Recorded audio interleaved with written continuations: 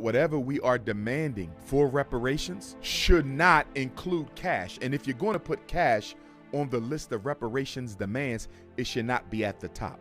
Why? Because the benefit that America receives for the enslavement of our ancestors will never expire.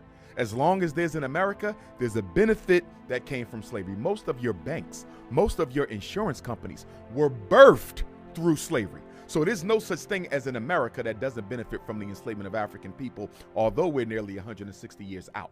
So whatever we demand, whatever we are receiving for compensation, should likely be things that never expire.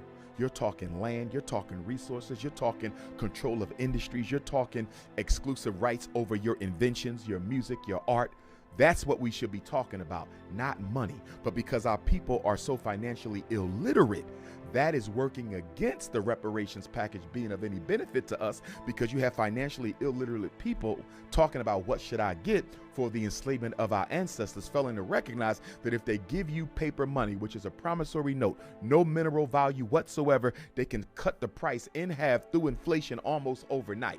And you better understand this, because America is based on white supremacy, whatever they give to African people, there's going to have to be some sort of a counter package for white America as well, so you maintain white privilege. They will never do anything in this country to upset white privilege. And the biggest reason why is not only because they're racist themselves, but because most of America is poor white people. If you advantage systematically black people over these poor Caucasians, they will rebel against the government. And I'm not talking about no January 6th temper tantrum. I'm talking about a real armed struggle between white America and the white American government.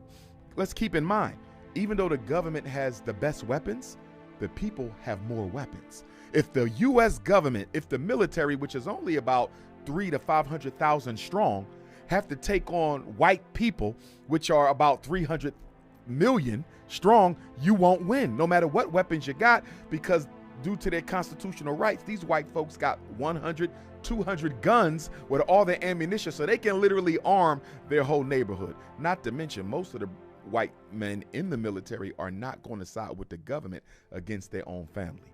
America knows that. The minute black people do better than white people, this country descends into civil war.